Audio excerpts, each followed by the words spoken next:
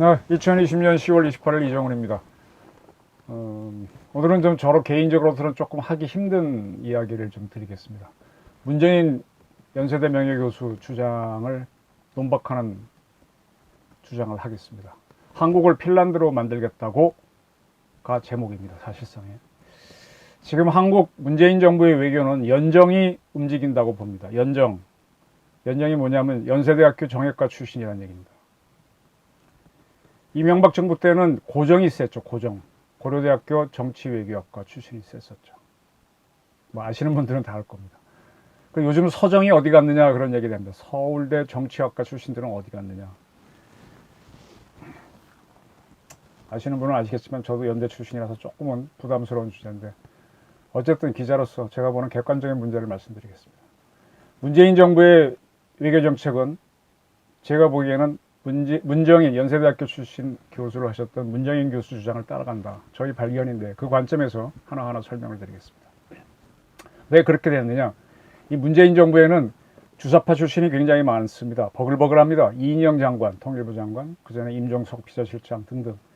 근데 그 주사파 주장들을 따라가게 되면은 대한민국에서도 의심해서 보는 사람들이 너무너무 많죠. 네? 김일성 주체사상을 따른다고 하니까.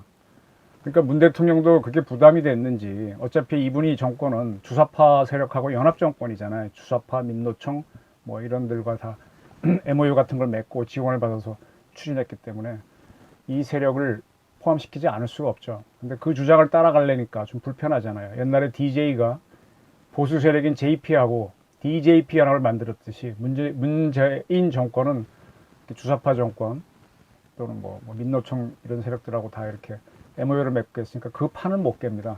그러나 그분들의 주장을 그대로 따라가면 오해를 받으니까 문정인 교수 주장을 좀 따라가는 경향을 보이고 있다고 저는 봅니다. 이러한 문정인 교수가 문 대통령의 통일외교안보 특별보좌관을 맡고 있죠. 그러한 타이틀로 10월 27일 어제입니다. 싱크탱크인 한국의 동아시아 재단과 미국의 애틀랜틱 카운슬이 공동 주최한 화상 세미나에서 연설을 했습니다. 이런 얘기를 하셨네요. 한국이 중국을 겨냥한 군사훈련에 참가하면 중국은 한국을 적으로 간주할 것이다. 적이라는 단어를 쓸 때는 적은 실제로 전쟁했을 때만 나오는 거고 어쨌든 지금 한중 관계는 평화협정을 맺은 상태니까 적이라고 표현하면 안 되겠죠. 뭐 가상적 뭐 이렇게 정도 하면 좋았을 텐데 뭐 이건 중요한 거 아닙니다. 왜 이렇게 보셨는가 하면은 미국은 중국을 견제하기 위해 만든 미국을 중심으로 일본, 인도, 호주 네 나라와 이렇게 쿼드죠. 둘이 있으면 듀오, 셋이 있으면 트라이앵글, 넷이 있으면 쿼드 뭐 이렇게 쭉 나가지 않습니까? 이 쿼드라 그러는데 이거를 확대해서 나토, 서유럽과 미국 사이에 맺은 나토 같은 영내 안보 협의체 이걸 현재는 쿼드에다가 다른 나라를 추가할 거니까 쿼드 플러스라고 부르고 있습니다. 시사용어로.를 만든다는 구상을 추진하고 있는 걸로 보입니다. 과연 나토 같은 군사동맹체가 될지 아닐지는 두고 봐야 되지만 거기에 대해서 반대 의견을 문정인 특보가 거론한 겁니다. 문 특보는 미국이 한국에 중국을 겨냥한 군사동맹에 가입하라고 강요한다면 미국이 대한민국에 대해서 중국을 겨냥한 군사동맹에 가입하라고 강요한다면 한국에는 이것이 존재론적 딜레마가 될 것이다. 이런 예측을 했고요. 한국이 사드를 추가 도입하거나 중국을 표적으로 한 중거리 미사일을 배치하거나 이 중거리 미사일은 IRBM, 미국의 핵미사일을 얘기하는 겁니다. 퍼싱 계열이겠죠. 남중국해 등에서 군사훈련에 합류할 때 한국의 기동함대가 남중국해에서 하고 있는 미국과 대만 등이 하고 있는 그런 연합훈련에 참여한다면 중국은 우리를 적으로 간주하고 군사적 도발을 할 것이다. 네. 지금 현재 인도와 중국이 제가 연도는 기억이 안 나는데 평화조약을 확실히 맺었죠. 국경조약을 맺어가지고 어디까지를 국경으로 한다 합의를 했는데 그랬으면 싸우지 말아야 되는데 캐슈미르 지역에서는 거기서 인도도 일부 차지하고 있고 파키스탄도 차지하고 있고 중국도 차지하고 있어서 캐슈미르가 중국령, 파키스탄령, 인도령으로 나눠져 있어서 국경이 좀 애매합니다. 지금까지는 인도하고 파키스탄이 캐슈미르에서 싸워왔는데 최근에는 중국하고 인도가 캐슈미르에서 다투고 있죠. 네. 그런 것들이 지금 이제 인도가 쿼드에 참여를 했으니까 갈등이 중국 갈등하는 건데 그러한 갈등이 한국의 쿼드 플러스에 참여하면 일어날 수 있다는 그런 예측을 한 겁니다. 그리고 그러한 중국의 공격적인 자세는요. 6.25 전쟁이 북한의 침공을 일어났다는 건 주지의 사실이잖아요. 우리만 주장하는 게 아니라 유엔이 북한은 침략국으로 규정을 하고 유엔군을 만들었잖아요. 유엔 안보리의 5대 상임이사국이 중국입니다. 그때는 물론 자유중국 대만이 5대 상임이사국이었지만 거기서도 유엔군 참전을 결정했었지 않습니까? 북한의 침공이 일어난 건 분명한 건데 지금 중국은 뭐라 그래요? 그냥 한반도에서 일어난 내전이다 이렇게 주장하잖아요. 그리고 중국은 그 전쟁에 자기네 사람들을 보냈잖아요. 의용군을 보냈습니다. 의용군, 발런티어, 지원군을 보냈습니다. 그 보내놓고 그랬으면 개인이 가서 싸운 건데 중국이 미국과 맞섰다는 항미, 조선을 지원했다는 환미 원조 보가 미국의 전쟁으로 주장을 하고 있습니다. 이런 것들이 뭐예요? 앞으로 한국이 미국이 주도하는 쿼드 플러스에 참여하면 한국에 대해서 상당한 갈등을 야기하겠다. 그런 암시인 거는 맞지요. 그리고 이미 중국 공군기들은 우리 동해로 들어와서 우리 남해에서부터 한국 방공식별구역을 무시하고 있습니다. 카디즈를 몇 차례 침범했었죠. 몇 차례가 아니라 몇십 차례죠. 중국 군함이 동해로 들어오는 일도 좀 제법 있습니다. 보도가 안 되거나 뭐 작아서 그렇지. 제주 해협을 통과하는 걸로 알고 있고요. 또 대한 해협을 통과하는 걸로 알고 있습니다. 국제 해협을 열어줬으니까 통과는 하는데 같은 논리라면은 중국은 뭐 이렇다 할 해협이 없죠. 대만 해협은 국제 해협이니까 우리 배도 지나고 있으니까 문제가 없는데 12L이 영해 개념으로만 하게 되면은 중국에 이렇게 이쪽에 요동반도가 있고 산동반도가 있잖아요. 이 쑥 들어가서 발해만이라고 있잖아요. 그럼 거기 12L을 제외하면 나머지는 다 공해해야 되는데 그 발해에 대한민국 해군 함정이 들어가면 중국은 좋아하겠습니까? 중국은 지금 요동반도하고 산동반도를 이렇게 직선으로 이어갖고 이 안에를 자기네 그 내륙에 있는 호수와 같은 내해라는 개념으로 해서 전체를 영해화해놨습니다. 어떤 외국 함정도 못 들어오게 해놨거든요. 군사용 함정은. 때문에 미국의 군함도 발해로는 안 들어갑니다. 상황은 그런데 우리가 만약에 자꾸 우리 동해로 들어오니까 중국 함정에 우리 함정에 발해로 들어가면 중국은 기분 좋을 거예요. 근데 그 정도 배심은 한번 이렇게 검토해볼 필요가 있다는 겁니다. 그리고 지금 동경 124도 신의주에서부터 쭉 남쪽으로 본 동경 124도인데 그 서쪽으로는 중국은 우리나라 해군 함정이 넘어오지 못하도록 자꾸 압박을 가하고 있어요. 다 공해인데 중국 바다 12해리까지 12해리면 한 25km, 20km밖에 안 되죠. 바짝 붙어서 우리가 작전해도 돼요. 들어오지 못하게 머리서부터 막고 있습니다. 중국이 상당히 오만하죠. 중국이 우리를 적으로 보느냐 안 보느냐 그건 중국군의 배치를 보면 됩니다. 입으로 말하는 거는 다른 얘기를 할 수 있으니까. 중국은 우리나라 해군도 3개 지역 해역 함대가 있죠. 1함대 동해. 동해 함대는 누구를 가상적으로 하느냐? 러시아입니다. 지금은 당장은 북한이지만 장차는 러시아입니다. 그 다음에 지금 부산에 있던 2함대를 남해 함대를 목포로 옮겨놨는데 남해 함대는 가상적으로 일본으로 보는 겁니다.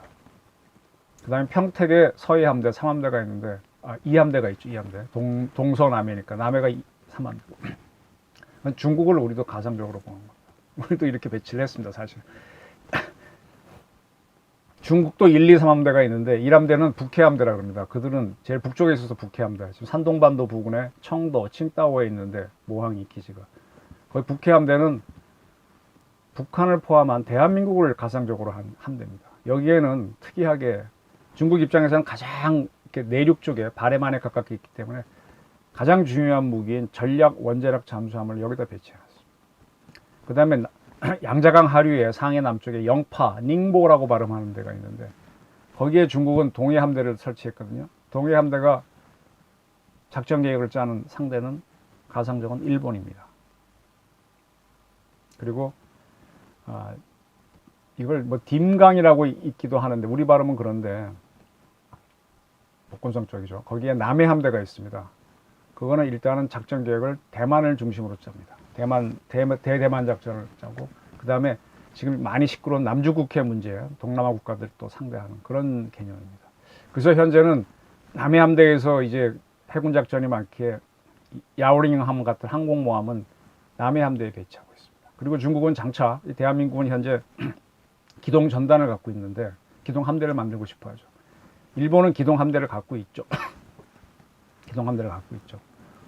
호위함대를 갖고 있는데 중국도 그런 호위함대 같은 기동함대를 만들어서 그거는 장차 미 7함대, 일본 요코스카를 모항으로 한 7함대를 상대하려고 합니다. 이런 식으로 중국은 상당히 그렇게 보고 있는데 이게 현실인데 뭘 중국을 뭐 더 이상 염려를 합니까? 분명한 거는요, 주한미군이 있는 한 우리는 어떠한 선택을 해도 중국에 우리가 막말로 해서 어떠한 알랑방구를 껴도 중국은 우리를 가상적으로 볼 수밖에 없습니다. 근데 우리는 북한이 있는 한은 영원히 한미동맹을 유지할 수밖에 없습니다. 이거는 문재인 정권도 주사파를 제외한 문정인 교수도 인정하는 겁니다.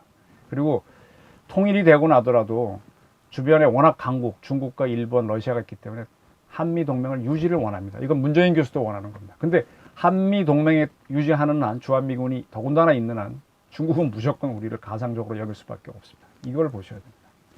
종전선언을 해도 문정인 교수는 종전선언을 해도 주한미군은 인정해야 된다. 중국은 인정할 것이다 라고 얘기했는데 이게 참 저는 현실과 안 맞는다는 이야기를 하려는 겁니다. 오늘 주제가.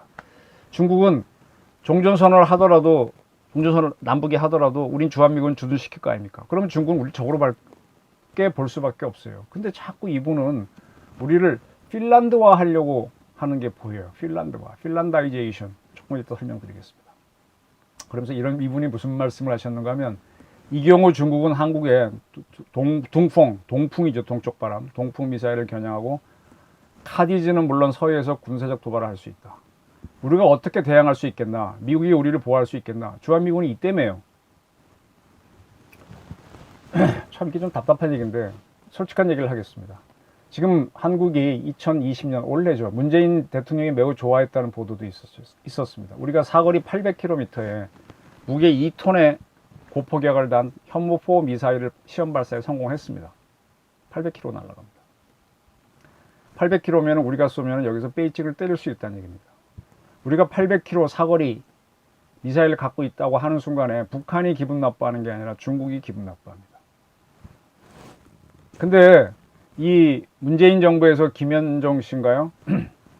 안보실 2차장은 미국과 합의해서 사거리 800km는 그대로 유지하되 우리가 이제 미국과 합의해서 미사일 세기를 조정하잖아요.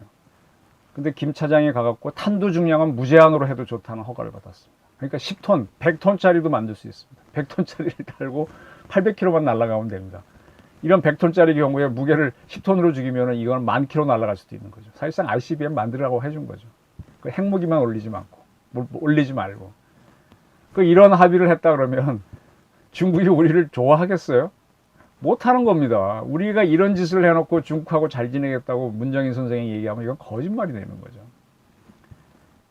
북한 때문에 한 우리의 무장이 중국을 긴장시킨다. 이건 어쩔 수 없는 우리의 선택인데 북한이 핵을 가지니까 우리 할 수밖에 없는 거고 우리가 이렇게 무장을 하게 되면 중국은 기분 나쁜데 자꾸 뭐 중국에 설설 기라 그러니 이게 되냐 이겁니다. 근데 제가 또 보다 분명한 걸 말씀드릴게요. 자료를 찾다가 지금 잘 못 찾았는데 지금 현재 중국은 그들의 핵미사일 동풍 미사일로 우리를 겨냥하고 있습니다. 제가 알기로는 지금 중국이 핵무기를 겨냥한 나라는 6나라입니다. 이거 그 전에 좀 해외에 있을 때 중국 봉황위성 TV에서 쭉 방송을 하던데 중국의 핵미사일 기지를 보여주면서 러시아죠. 러시아, 일본, 대만, 미국, 한국 그리고 인도를 첫 번째 타격 대상, 핵무기 공격 대상으로 중국은 선정해 놨다고 중국 봉황TV에서 보도한 걸 쭉 봤었어요. 좀 오래된 기사인데 정확한지 모르겠네. 캐나다에서 나는 군사 전문지 카나 국방평론 2010년 4월 5에는 중국이 사정거리 1800km의 동풍 21로 추정되는 미사일을 산동성 라이우시에 배치했다는 겁니다. 이 미사일은 당연히 한국과 일본을 겨냥한 것이죠. 네, 겨냥하고 있습니다. 그럼 우리는 뭘로 해요? 우리는 여기서 무방비로 저기서 핵을 겨누고 있는데 무방비로 있어요. 북한 핵만 무서워하고 말 거예요. 그럼 방패를 들어야죠. 그게 뭐예요? 사드입니다. 그것만이 아닙니다. 중국은 이제 핵 미사일 부대를 제2포병이라 그러는데 동북 삼성이라 그러죠. 중국에 그 랴오닝성 요녕성에 가게 되면 성도가 심양이잖아요. 심양에 핵 미사일 기지가 있고 옆에 길림성입니다. 통화현에 가면 거기 이제 고구려 유적이 있는 통화현 쪽에 가면은 그 지반이 있잖아요. 지반은 조그만 도시고 그보다 큰 도시가 통화인데 거기에 가면 또 미사일 기지가 있습니다. 그래서 항시적으로 중국은 아까 말한 대로 한국, 일본, 대만, 미국, 인도, 러시아 6개 나라를 미사일로 겨누고 있습니다. 중국 입장에서 갑자기 어느 나라부터 공격을 당하잖아요. 방향을 잘 모르잖아요. 그럴 때 어떻게 합니까? 무조건 입력해 놓은 대로 발사해 버립니다. 이거는 연평도 포격전 때 우리가 북한이 쏠이란 걸 몰랐잖아요. 근데 갑자기 북한이 포를 쏘니까 우리 해병대가 어떻게 했어요? 방향만 돌려갖고 평소에 입력했던 대로 쏴버렸잖아요. 그게 어디로 갔어요? 어느 섬에 막 우르르 떨어졌다는 거 아닙니까? 인민군들이 걔네들은 쏘지 않았는데 나중에 이제 위치 확인하고 그쪽으로 쐈을 때 북한군이 다 떠난 맨 땅에다가 그냥 쏴버렸었죠. 네, 그렇습니다. 그게 전쟁의 1, 2, 3이란 얘기입니다. 그리고 문 교수는 한국이 반중 동맹에 가입하면 중국, 러시아, 북한이 3자 동맹 시스템이 강화할 것. 네, 그렇게 되겠죠. 네, 쿼드 플러스에 가입하면 북중미 3자 동맹이 강화되겠죠. 근데 참고로 북한과 러시아가의 군사 동맹은 파기됐죠. 그냥 우호 조약만 유지하고 있고 둘이 동맹이 들어가 있는 조중 우호 조약은 유지되고 있습니다. 중국은 58년 이후 북한의 군대, 무기, 물류 지원을 하지 않았으나 그렇게 되면 석유를 포함한 군수 지원을 재개할 것. 58년이 게 뭔가 하면요. 인민 지원군을 파병했던 그 사람들을 철수시켰다는 얘기입니다. 철수했어요, 58년에. 그리고 이제 판문점에 그 정전협정을 위해서 중국군 대표부를 뒀는데 그 대표를 쫓아낸 거는 소련이 무너지고 난 이후에 북한이었습니다. 일부 중국군 대표부도 쫓아내고 중국 대사관의 무관만 유지하게 가고 있는 게 북한인데 중국이 군수 지원을 할 수 있다. 북한이 요청해야 가능한 거죠. 근데 그 지원하기가 그렇게 쉬울까요? 저는 그렇게 쉽지 않다고 봅니다. 북은 핵은 물론 재래식 위협도 더 커질 텐데 북한이 우리한테 강하는 위협. 근데 중국이 북한에 대해 석유를 지원하면 우리가 어떻게 대응할래? 그거 대응할게요. 걱정하지 마십시오. 그래서 지금 제가 주장하는 게 우리가 한미동맹과 별도로 자주국방을 해야 된다는 겁니다. 중국이 북한에 석유를 공급하면요. 여러 가지 중국 할 수도 있겠죠. 그렇게 되면 또 다른 뭐가 문제가 발생하는가 하면 중국이 유엔 안보리 결의안을 위반한다는 문제가 발생합니다. 이게 상당히 중요한 문제입니다. 현재 지금 많은 분들은 미국과 중국이 서로 적대 관계로 보는데 원래 그번 토대는 둘은 아주 친한 나라입니다. 이걸 먼저 아시고 친한 나라도 싸우잖아요. 형제간에도 싸우고 부모 자식 부부간에도 싸우듯이 그런 개념으로 보셔야지 둘은 원래 친한 겁니다. 지금 세계 체제는요. 2차 대전에서 승리한 5개 나라 미국, 영국, 소련, 러시아, 프랑스, 중국 이 5나라가 5대 연합국인데 이 연합국이 세계를 이끌고 나가기 위해서 2차 대전 이후에 만든 게 미국 중심으로 만든 게 유엔입니다. 유엔이 세계를 이끌고 있어요. 거기서 거의 모든 게 결정되고 나머지 나라는 쉽게 말하면 들러리입니다. 근데 거기서 합의한 게 있어요. 북한에 지원을 하지 말고 석유를 어떻게 하자. 중국도 합의한 겁니다. 이걸 중국이 깨게 되면은 중국은 고립이 되죠. 이 유엔 체제 때문에 한반도는 현재 종전을 유지하고 있는 거고 종전선언을 안 해도 종전 상태로 있는 겁니다. 유엔이 딱 관리하고 있기 때문에. 근데 자꾸 뭐 다른 이야기를 해요. 미소 간의 냉전이 핵전쟁까지 거론되고 매우 위태로웠지만 그것도 미소 간의 연합국 체제, 유엔 체제 안에서의 경쟁이었던 거예요. 미소는 핵전쟁을 할 것 같은 그런 대립은 했지만 하지 않았거든요. 싸울 듯 하면서 안 싸우는 거를 중국말로 투이불파 싸우기는 하는데 파괴는 안 하는 겁니다. 중국은요. 자기네 국력의 한계가 있습니다. 중일전쟁을 37년부터 할 때 미국이 군사고문단을 파견해서 상당히 지원을 해줬어요. 그때 물론 장개석 군대긴 하지만. 그리고 중국은요. 6.25 전쟁 때 참전을 하긴 했지만 미국이 무서워서 자기네 정식 군대를 못 보내고 발런티어, 지원자를 개인으로 들어가게 하는 의용군을 보냈습니다. 그래놓고 지금 와서는 항미 원조를 했다고 주장을 하죠. 그러한 중국이 미국에 지금 맞선다고 투이불파니까 맞설 수 있죠. 유엔 체제 안에서. 유엔 체제를 깨면서까지 들어가기는 어렵다는 겁니다. 소련이 그랬던 것처럼 유엔 체제 안에서 냉전을 하는 거지 유엔 체제를 깨면서까지 깨게 된다면 세계는 다시 3차 대전으로 가는 겁니다. 미소 냉전이 치열할 때도 3차 대전 가느냐 안 가느냐가 화제였던 겁니다. 지금 우리나라에서 중국과의 경제가 중요하다 얘기하는데 중국과 교역을 가장 많이 하는 나라 그 대중국 교육을 1위로 한 나라는 제가 얼핏 봤을 때 한 100나라 된다고 봤어요. 동남아 국가들은 대개 중국과 교류하고 서남아시아도 중국이 첫 번째 교육 국가, 우리도 그렇고 일본도 그러지 않나? 그 중국을 무역 상대 1위국으로 꼽고 있는 나라는 100나라 정도가 넘는 걸로 알고 있습니다. 그래서 중국이 중요한 역할을 하는데 그건 중국이 가장 싸게 또 그 가격에 또 제법 물건을 만들어주고 있기 때문에 그런 관계를 유지하는 거거든요. 반대로 그런 나라들이 중국과의 관계를 끊으면 중국은 추락합니다. 아직 기술을 독자적으로 가진 게 없기 때문에. 그런데 문 교수는 중국과의 디커플링, 커플링은 짝이잖아요. 짝, 같이 가는 거잖아요. D는 NT, 떨어지는 거잖아요. 같이 갈 때는 잘 서로 동조가 된 거잖아요. 디커플링은 동조가 깨진 거, 탈동조화죠. 중국과의 관계가 깨져서 중소기업과 관광을 업으로 삼고 있는 가난한 사람들이 희생된다. 네, 중국 관계가 나빠지면 중국 관광객들이 제주도에 안 하니까 지금 땅값이 떨어졌죠. 덕분에 요즘 뭐 한국 사람들이 중국 사람들이 팔고 간 부동산 제법 싸게 많이 산다 그러더라고요. 또 우리나라 사람들이 중국에 가서 중국 사람들 없으니까 더 재밌게 관광한다는 얘기도 나오고. 뭐 그거 보기 나름입니다. 디커플링 너무 염려하지 마십시오. 미국이 우리가 겪고 있는 딜레마들에 대해 인내심을 갖기를 바란다. 지금 우리가 지금 중국과 디커플링을 하게 되면 너무 스트레스를 받는데 그건 미국은 좀 이해해라 그런 얘기를 했고, 우리는 신냉전의 도래를 직면하고 있다. 한국은 한국전과 분쟁 등 냉전에 대해 쓰라린 기억이 있다. 냉전이 다시 일어나지 않기를 바란다. 신냉전을 피할 수 있을지가 한국이 우려하는 바이다. 네. 신냉전은 이미 미중 냉전은 시작됐습니다. 여기서 한국이 선택을 못해서 절절매는 거죠. 결정장애를 보이는 걸 가지고 여기서 결정을 못하면 늦으면 늦을수록 우리는 손해를 보는 거죠. 저는 그렇게 봅니다. 이걸 거꾸로 보시니까 이제 문 교수는 이런 얘기를 하시는 건데. 자, 지금부터 아까 서두에서 말씀드렸던 핀란다이제이션, 핀란드화에 대해서 설명을 좀 드리겠습니다. 국제정치학에서 핀란드화, 핀란다이제이션 이란 말이 있어요. 뭐 쳐보시면 인터넷에 많이 있습니다. 큰 나라가 강대국이 주변국에 자기 영향을 마음대로 끼칠 수 있는 걸 핀란다이제이션, 핀란드화라고 합니다. 거꾸로 이 약소국이 강대국의 영향을 그대로 받는 것도 핀란드화라고 합니다.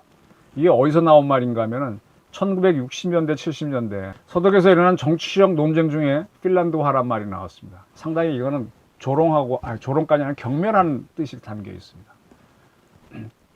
분명히 독립국인데 대외 정책을 추진할 때 주변에 있는 큰 나라의 눈치를 보고 하는 것을 핀란드화 현상으로 이야기합니다. 알아서 기는 거죠. 우리가 아주 약소국일 때 무조건 미국이 결정하면 따라하는 것도 핀란드화라고 볼 수 있습니다. 그건 인정해야 됩니다. 이 핀란드화는요, 핀란드가 바로 그런 증상을 보였기 때문에 나오는 건데, 핀란드 역사를 설명드리겠습니다. 39년일 겁니다. 나치 독일이 소련과 중립조약을 맺죠. 싸우지 말자. 그리고 나서 언더 테이블 밑으로 우리 둘이 폴란드를 나눠 갖자 이런 합의를 하고 39년 9월 1일 날 폴란드를 침공합니다. 이게 2차 대전의 발발로 보고 있죠. 유럽 전쟁에서. 그리고 소련도 폴란드를 침공해서 둘이 폴란드를 싹 나눠 가집니다. 근데 그렇게 벌어졌을 때 핀란드가 2달 후인 그해 11월에 소련과 전쟁에 들어갑니다. 근데 당연히 지죠. 그래서 그때 그들은 겨울 전쟁이라고 부르는데 한 2달 전쟁했습니다. 자기 영토의 11%를 빼앗겼어요. 그리고 항복했죠. 근데 이때 전쟁을 할 때 핀란드는 독일이 소련과 같이 폴란드를 나눠 먹은 걸 봤기 때문에 독일을 소련 편으로 봤습니다. 그죠? 그 독일의 도움을 청하지 않고 영국하고 미국의 도움을 청했는데, 그때 영국과 미국은 그렇지만 특히 영국은 독일이 폴란드를 쳤는데 독일과 또 방위조약 맺고 있었거든요. 그래서 독일과의 전쟁을 선언했습니다. 근데 전쟁을 하지 않고 지난번 말씀드린 것처럼 안진뱅이 전쟁을 한다고 군대나 파견해 놓고 보초만 쓰고 있었거든요. 또 그러면서 이제 소련이 은근히 좀 독일을 때려주기를 바라면서 독일 편을 지원했습니다. 그러니까 핀란드의 요청을 묵살을 한 거죠. 그러니까 핀란드가 하다 안 되니까 나치 독일에 접근을 합니다. 그러니까 독일이 좋다고 하면서 핀란드를 건들면 전쟁을 각오해야 된다고 소련의 공갈을 딱 때립니다. 그리고 핀란드와 동맹을 맺죠. 그 덕택에 이제 폴란드 전쟁을 하고 난 다음에 노르웨이를 침공을 합니다. 바로 덴마크와 노르웨이 침공하는데 노르웨이를 2개 사단으로 점령하고 난 다음에 그 군대를 뽑아갖고 핀란드에 주둔시킵니다. 그리고 이제 40년 지나서 이제 40년인가요? 그때는 프랑스를 때리는 벨기에, 네덜란드를 먹는 작전을 하고 성공시키죠. 그 다음에 이듬해 41년도에 바르바로사 작전을 시작하죠. 소련을 쳐들어가는 거대한 전쟁을 시작합니다. 이때 이제 독일 공군기들이 날아가서 소련을 때리는데 독일까지 돌아오려면 너무 머니까 핀란드에 내립니다. 동맹국이니까. 거기다 기름도 주고 이렇게 하니까 소련이 더 독일 편 들었지 하고 소련 공군기들이 핀란드를 때립니다. 그러니까 핀란드도 응전을 하는 거죠. 독일 편에 서서. 그래서 다시 41년도에 핀란드가 소련과 전쟁하는 것을 겨울전쟁 2년 후에 다시 했다 그래서 계속전쟁이라고 부릅니다. 이 전쟁에서 독일이 매우 소련을 압박했기 때문에 핀란드도 마저 진격을 해서 잃었던 11%의 땅을 되찾습니다. 그것만 해놓고서 더 이상 공격은 좀 잘 안 해요. 좀 뺍니다. 항상 이렇게 동맹의 의무를 피하는 거는 많이 발견됩니다. 그러고 있는 상태였기 때문에 영국이, 그때 이제 연합국이 영국, 미국, 소련이니까 영국이 핀란드에 선전포고를 하죠. 선전포고를 하는데 너무 멀어서 크게 공격은 안 합니다. 폭격 정도만 합니다. 그리고 44년도에 소련이 대대적인 반격을 합니다. 거기에 맞춰서 미 영군이 노르만디 상륙작전을 하면서 독일군을 양쪽에서 밀어붙이기 시작하죠. 이때 소련군이 핀란드에 밀고 들어옵니다. 근데 핀란드가 독일 편이었잖아요. 바로 핀란드가 항복합니다. 그래서 독일과 맺었던 동맹 조약은 그때의 총리가 개인으로 맺은 조약이지 핀란드 정부가 한 게 아니다라는 이런 궤변을 내세워서 폐기해버리고 소련과 방위조약, 동맹조약을 맺어요. 그리고 6억 달러라고 하는 거대한, 그 당시는 매우 큰 돈을 배상금으로 지불하고 다시 차지했던 11%의 땅을 소련에 영원히 내주기로 약속합니다. 그때 소련은 핀란드를 공산화시키, 소비에트화 하려고 공산정부를 세우려고 하다가 워낙 알아서 기니까 중립국으로 있어, 어느 편 들지마 하고 봐주고 넘어갑니다. 그 다음부터는 계속 공산화시킵니다. 모든 나라. 덕분에 핀란드는 운 좋게 중립국가가 됐기 때문에 지금도 중립국이지만 굉장히 러시아의 눈치를 살피는 나라입니다. 근데 그 이후에 경제 발전을 하려니까 서구가 필요하거든요. 서유럽이 좋으니까 굉장히 서구가 돼요. 저 헬싱키 한 2번 가봤습니다. 민주국가예요. 근데 경제로는 민주인데 정치적으로는 소련 눈치를 보는 것. 이게 핀란다이제이션, 줏대 없는 나라라는 뜻이죠. 이 핀란드라는 나라는 2차 대전 끝나고 난 다음에 자기가 어쨌든 독일을 지지했고 독일과 동맹을 맺었던 게, 그래서 미국하고 영국에 비위 맞추려고 52년도에 헬싱키 올림픽을 적극적으로 추진해서 그 개최를 합니다. 이가 똑같이 좀 부끄러웠던 나라가, 여러분 스웨덴을 중립국으로 인권보호로 좋아하시죠? 스웨덴도 2차 대전 때 중립국 표방하면서 사실은 독일 편 들었습니다. 노르웨이는 맞서 싸우다가 졌지만 독일에. 그게 부끄러워서 헬싱키 올림픽 다음인 56년 스톡홀름 올림픽을 주최하는 겁니다. 그래서 우리도 당당히 연합국에 참여한 나라다, 이런 식으로 들어오는 거죠. 그리고 그 전에 뭘 하는가 하면 50년 6.25 전쟁이 일어났을 때 민주진영에 참여해서 의료 지원단을 보내고 미국한테 비위를 맞추는 거죠. 그리고 또 뭐 합니까? 국제적인 그 전쟁 고아들을 받아들이는, 입양을 받아들이는 그런 나라가 돼서 이렇게 자기네 명예를 회복하고, 또 하나가 뭡니까? 노벨상을 세계적인 상으로 만듭니다. 그때까지는 개인 노벨이 내놓은 상이었는데 세계 최고의 권위 있는 상으로 만들어서 지금도 노벨상 하게 되면 매년 가을 되게 되면 전 세계가 만들고, 이렇게 해서 스웨덴은 자기네 그 탈색을 하는 겁니다. 핀란드보다는 훨씬 많이 했죠. 이유는 소련은 바로 옆에 있었으면 못했을 텐데 상당 부분을 핀란드가 중간에 완충국가로 막아주니까 스웨덴은 이렇게 할 수 있었던 겁니다. 이거는 참 스웨덴 사람들이 듣기 싫어하는 거고, 제 친구도 뭐 스웨덴에서 열심히 일을 하고 있는데 좀 미안하지만 스웨덴이 그런 나라입니다. 핀란드가 그런 나라입니다. 역사는 다 뒤져보면 구리입니다. 태국도 그런 나라고요. 베트남도 그런 나라였습니다. 이 핀란드 좀 얘기 더 할게요. 이 화면 보십니까? 지금 현재 핀란드의 총리가 산나 마린이라고 하는 35살이네요. 여성 총리입니다. 근데 이분이 패션 잡지인 트렌디 시오로의 표지 모델로 나왔습니다. 근데 사진에도 보다시피 가슴골이 보이는 그런 화보를, 총리가 패션지의 화보 모델로 나온 것도 웃기는데 이렇게 가슴골이 보이는 사진을 찍었습니다. 쉽게 말하면 노브라 사진전이. 이게 핀란드입니다. 핀란드는요, 여성 정치인이, 여성 강요가 대단히 많은 나라입니다. 근데 근데 이상하게 스칸디나비아 국가에 가게 되면은 중립국 평화주의 주장하는 사람들이 매우 많아요. 정치학에서 유명한 요한 갈퉁이라는 사람도 노르웨이 사람입니다. 핀란다이제이션, 이 서독에서 나온 말인데, 핀란드화 현상은 서방 세계를 자극하지 않으면서 동구권과 친하게 지내는 예속이 쉽게 말하면 핀란다이제이션, 핀란드화입니다. 속국은 아니지만 조공국에 가까운 봉건 시대로 얘기하면 그게 핀란드화입니다. 지금 핀란드는 한 번도 나토에 가입한 적이 없고요. 똑같이 중립국이니까 바르샤바 조약기구에도 참여하지는 않았습니다. 그리고 근데 중립국이고 인권국이라고 하면서 소련에서 망명해 오면은 받아주지 않고 다 소련으로 되돌려 보낸 나라로 유명해요. 우리는 다릅니다. 우리는 춘천에 중국 민항기 사건부터 해갖고 중국인들이 과거에 냉전 때 이쪽으로 오면은 다 대만으로 보내줬지 중국으로 보내주지 않았습니다.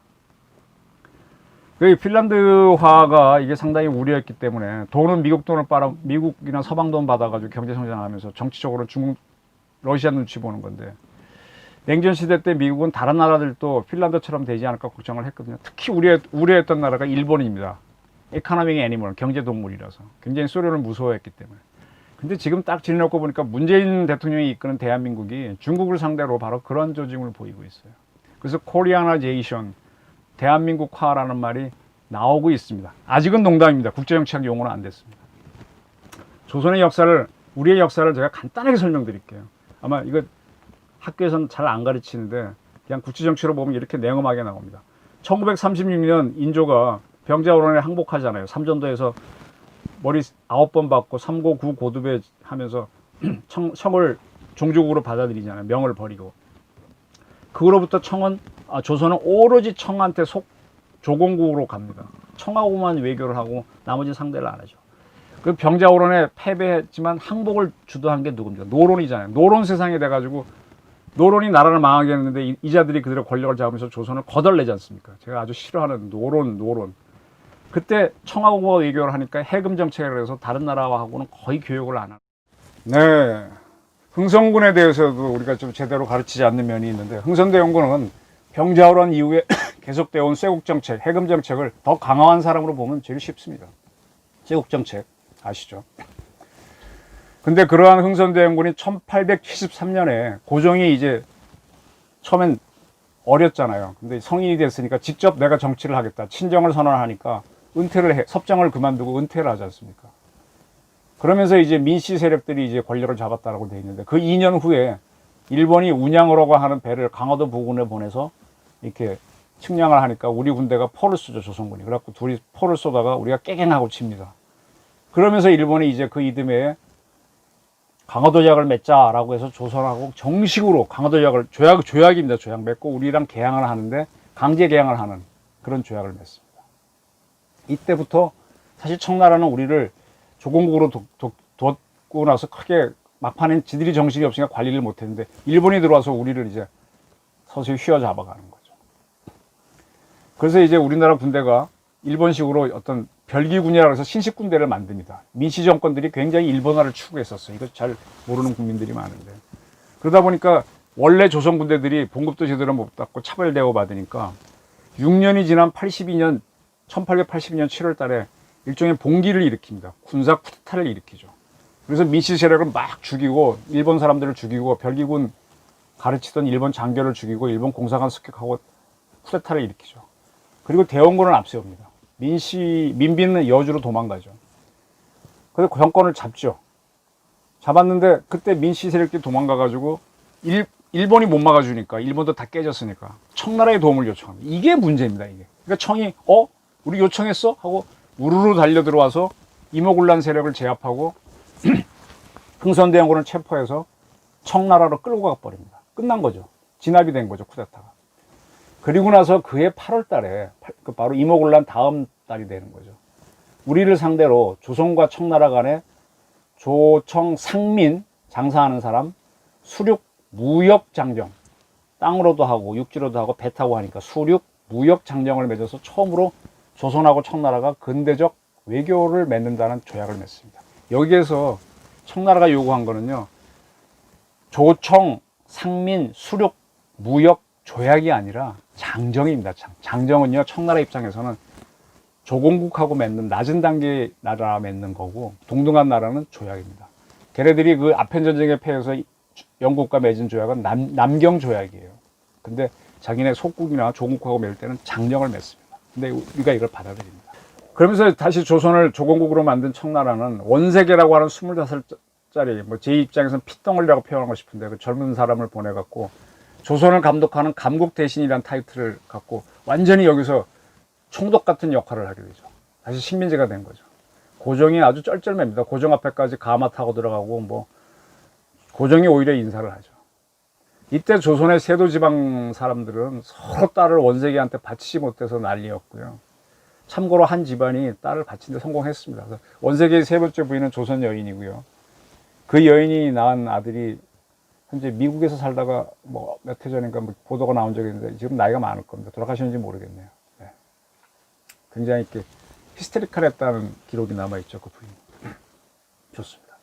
이렇게 해서 이제 이모군란이 해결되고 다시 청이 조총, 상민, 수륙, 무역, 장정을 맺어서 우리를 자기네 조공국처럼 해서 정식 외교관계를 맺었습니다. 그때 일본은 이모군란 때 일본 군인들이 제법 죽고 공사관이 피해를 당했잖아요. 그래서 조선에 대해서 조선 사람들이 그랬으니까 배상을 요구합니다. 아니면 쳐들어가겠다 그럽니다. 이게 이유가 있습니다.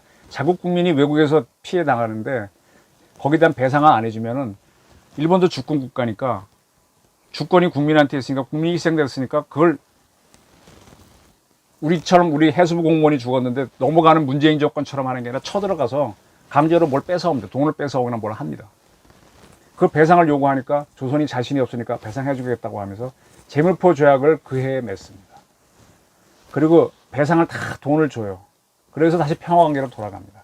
이게 평화관계로 돌아가는 게 흔히 강화조약, 평화조약, 기본조약 그러죠. 기본조약은 처음 맺는 거니까 아닌데 강화조약인데 우리가 최초로 맺은 강화조약이 재물포 조약입니다. 이거 교과서에서 안 가르칩니다.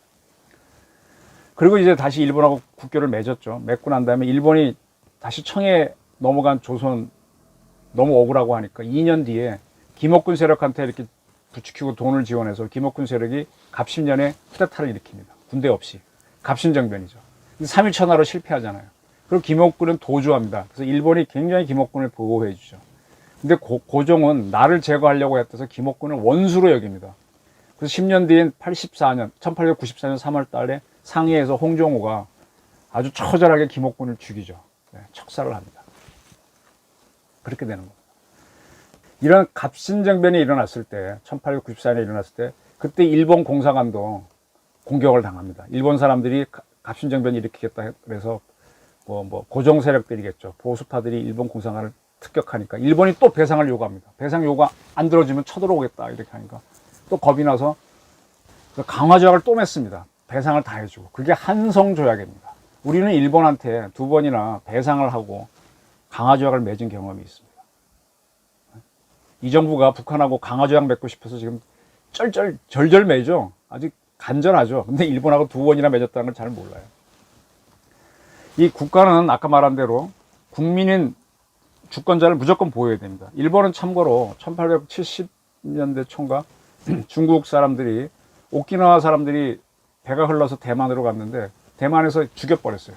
일본 사람 한 60명 죽였어요. 그래서 야 이거 왜 그랬어? 우리 국민 왜 죽였어? 이거 해결해 하는데 청이 아이 몰라. 그건 그쪽에 있는 야만인들이 한 거야. 걔네는 우리 통치 안 받아. 그러니까 그래? 하고 1874년도에 일본 해군이 대만에 들어가서 그 야만인이라고 하는 사람들을 죽이고 분탕질을 치고 점령해 버립니다. 대만을. 그러니까 청나라가 놀래가지고 이렇게 뭐 미안하다고 하면서 그래서 이제 다시 청나라와 외교 관계를 복구하는 적이 있는데 그게 국민 보호의 원칙입니다. 해수부 공무원이 죽었는데 뭐 김정은이 사과했다. 뭐 문서도 뭐 이상한 몇 번이 바뀐 그런 문서를 근거로 하는 이러한 문재인 정권은 국민을 보호하지 않는 겁니다. 기본적으로. 일본은 그걸 보호했습니다. 조선은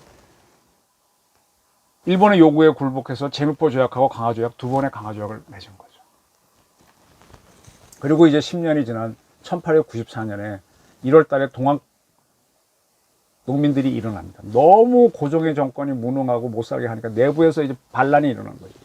이 사람들이 4월 달에 전주까지 점령합니다. 호남을 거의 점령하죠. 조선 조정군이 갔는데 못 막아요. 그러니까 서로 일종의 휴전 상태로 들어갑니다. 일종의 정전 상태까지 휴전 상태로 ceasefire 사격 중지라고 할까 들어가 있습니다. 이 무렵쯤에 이제 홍정호가 상해에서 10년 만에 김옥군을 죽이죠. 이런 상태에서 조선이 도저히 못 막으니까 다시 이제 아직 청의 영향이 있으니까 청한테 지원을 요청합니다. 청이 군대를 보내와요. 근데 그 직전에 천진조약에서 일본하고 청이 약속 맺은 게 있어요. 어느 한 나라가 조선에 출병하면 다른 나라도 출병한다. 그래서 일본도 군대를 보냅니다. 이렇게 해서 동학을 제거하고 난 다음에 두 나라가 전쟁에 들어가는 게 청일전쟁입니다. 1894년. 그리고 그 전쟁에서 일본이 승리하면서 청이 쫙 빠져나갑니다.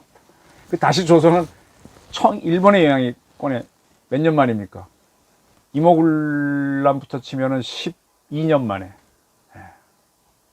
그렇게 되는 거죠.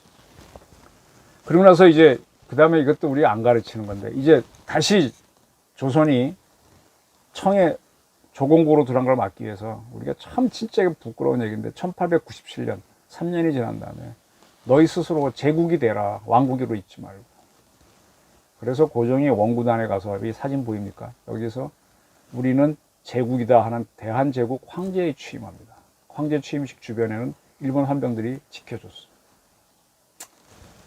참 창피한 얘기죠.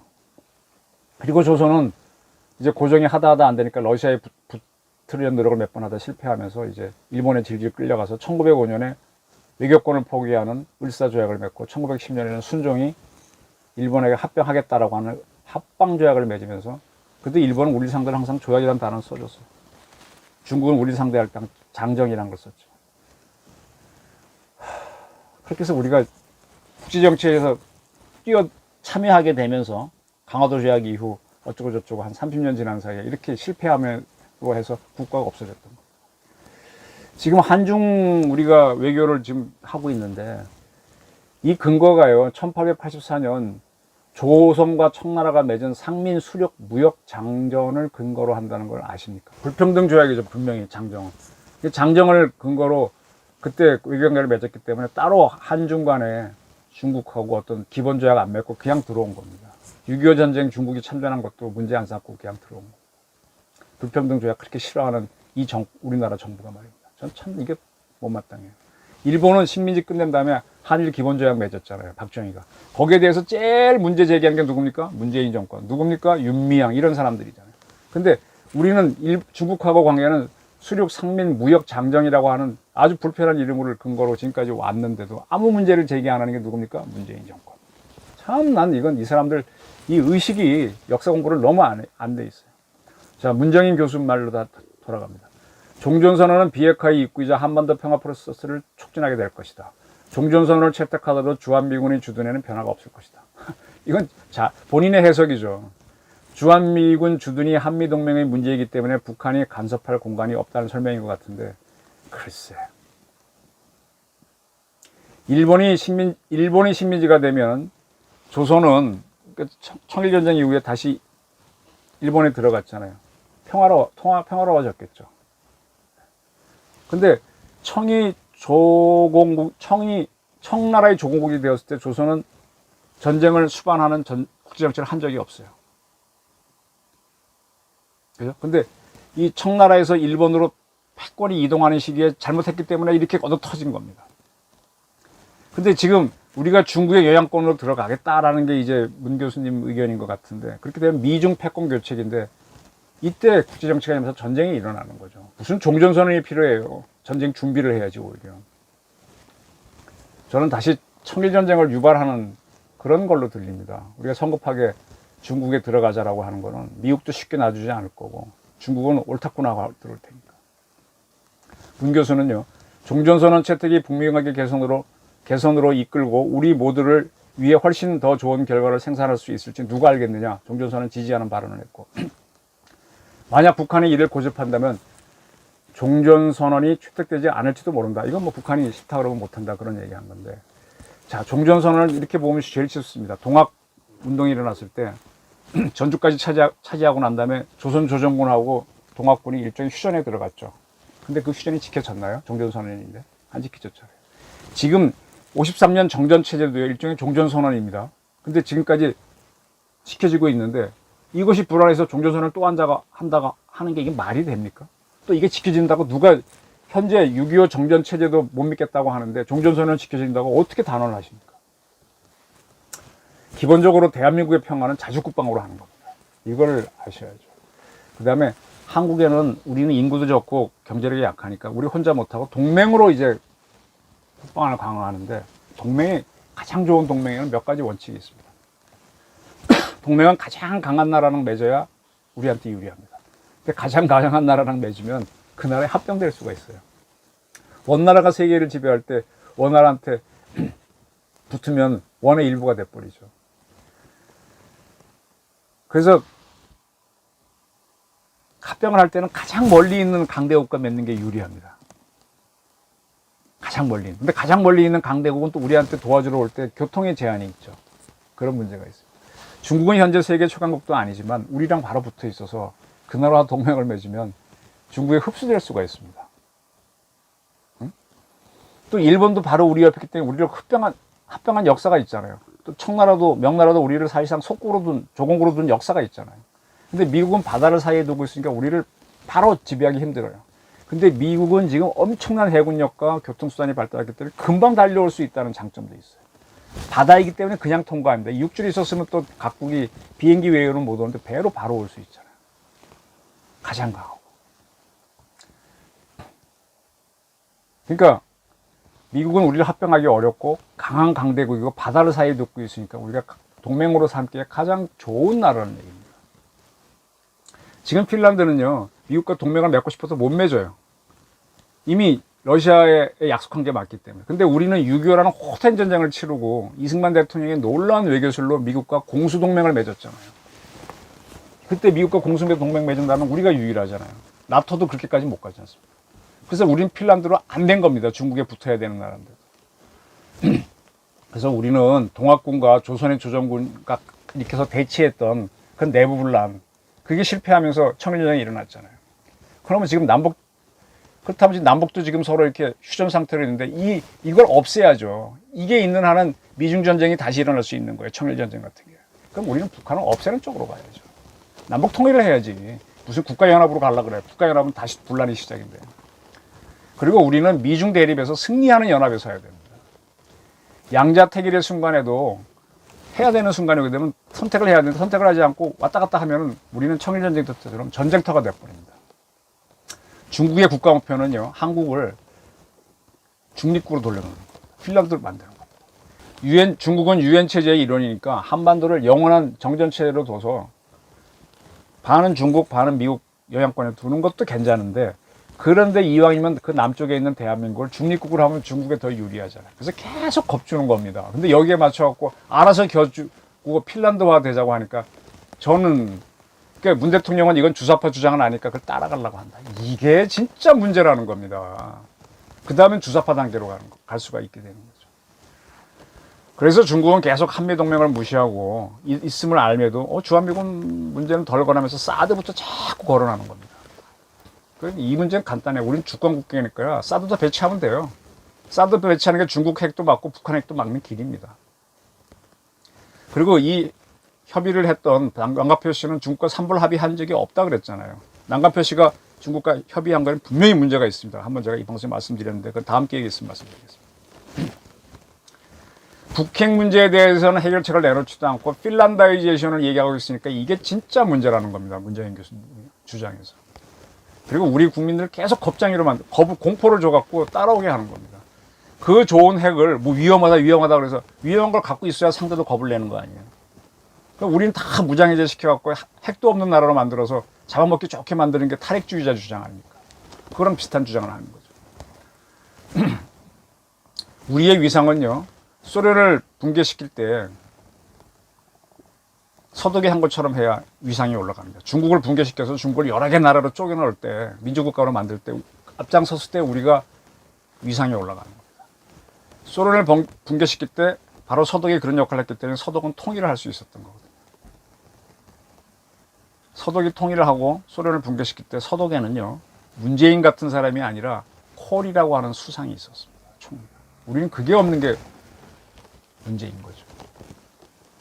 문정인, 문재인 이런 분들이 자꾸 대한민국 외교를 이끌면은 주사파는 아니니까 괜찮겠지 하다가 나라가 망합니다. 제가 문정인 교수님은 개인적으로 잘 알고 하는 분인데 불편한 의견을 말씀드려서 개인적으로는 죄송하고요. 도저히 허용할 수가 없어서 이런 의견을 발표하게 됐다는 거를 밝히면서 제가 보는 국제 정치를 설명 마치겠습니다. 감사합니다.